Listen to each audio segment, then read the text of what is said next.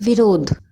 वकील साहब रिटायर हो चुके थे। वकीलाइन स्वभाव से बड़ी तेज थीं। वकील साहब के 3 बेटे थे और 4 बेटियां भी थीं। दोनों बहुओं की लगाम वकीलाइन ने कस कर रखी थी। कस कर रखने का मतलब बहुओं को अपनी हर इच्छा को मारना होता था। वे अपनी मर्जी से कहीं आ जा नहीं सकती थीं। शादी के शुरुआती दिनों में तो मजाल है वकीलाइन जी के बगैर बेटे बहू कहीं घूमने चले गए हों। वकीलाइन की 4 बेटियां थीं जो आसपास के शहरों में ही ब्याही हुई थी। राखी पर चारों 15 दिन के लिए आती थीं। वकीलाइन ने अपना खौफ ऐसा बना रखा था कि राखी के दिन बहुओं को मायके नहीं जाने देती थी। सारी बहुओं ने भी इस रिवाज को स्वीकार कर लिया था। मंजली बहू ने जिद कर राखी पर जाने की कोशिश की थी तो उसे 6 महीने मायके में ही छोड़ दिया गया था। उस जमाने में ये बहुत बड़ी बात हुआ करती थी। मंजली बहू और उसके मायके वाले इस घटना से इतना डरे कि उसके बाद उन्होंने उसे कभी राखी पर बुलाया ही नहीं। राखी बीत जाने के बाद बहुएं बारी बारी से मायके जाती और 2-3 दिन में लौट आती। खैर, तीसरे बेटे का ब्याह हुआ।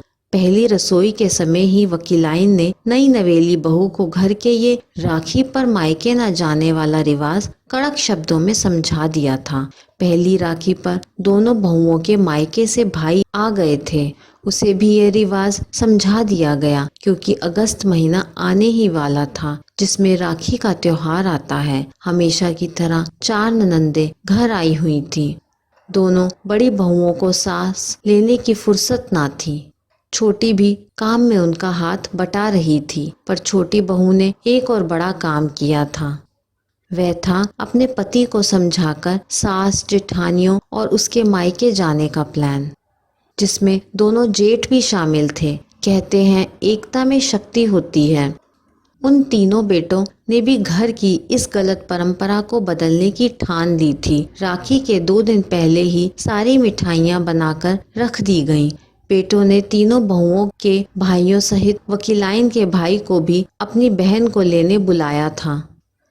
इस प्लान में घर की 4 बेटियां और 2 बुआ सास भी शामिल थीं। उन्होंने भाइयों से निश्चिंतता से मायके जाने के लिए कहा और बोली, हम बहनें मिलकर राखी की पूरी तैयारी कर लेंगी और माँ को भी हम समझा लेंगी। दूसरे दिन सुबह चाय नाश्ते से निपटे ही थे कि दरवाजे की घंटी बजी। देखा तो छोटी बहू का भाई था। उसे देखते ही वकीलाइन की त्योरियां चढ़ गईं। छोटे बेटे ने अपने साले को अंदर बुलाकर बिठाया। वकीलाइन अपने शब्द बाण छोड़ने ही वाली थी कि दूसरी 2 बहुओं के भाई भी आ पहुंचे। अब वकीलाइन ने बोला, क्या बात है, आज तीनों बहुओं के भाई एक साथ?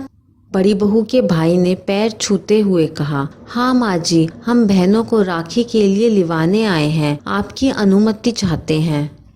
ले जाओ, पर इस घर के दरवाजे उनके लिए हमेशा के लिए बंद हो जाएंगे। इस घर के रिवाज अलग हैं। क्यों बंद हो जाएंगे जीजी? बहुओं के लिए बंद होंगे तो आपके लिए भी बंद होंगे। मोहन, तू कब? जीजी, मैं तुम्हें राखी के लिए लिवाने आया हूँ, पर तुझे तो पता है मैं राखी पर नहीं आती हूँ। क्या तुम जानती हो कि इतने सालों से राखी के दिन हम दोनों भाइयों की आंखों में आंसू होते हैं। अम्मा तुम्हारा इंतजार करते करते बूढ़ी हो चुकी है। पर ये मेरे घर की रीत है। मेरी सासू माँ भी नहीं जाने देती थी मायके, और मैं ही यह नियम तोड़ दूंगी तो आगे मेरी बहुएं नहीं निभाएंगी।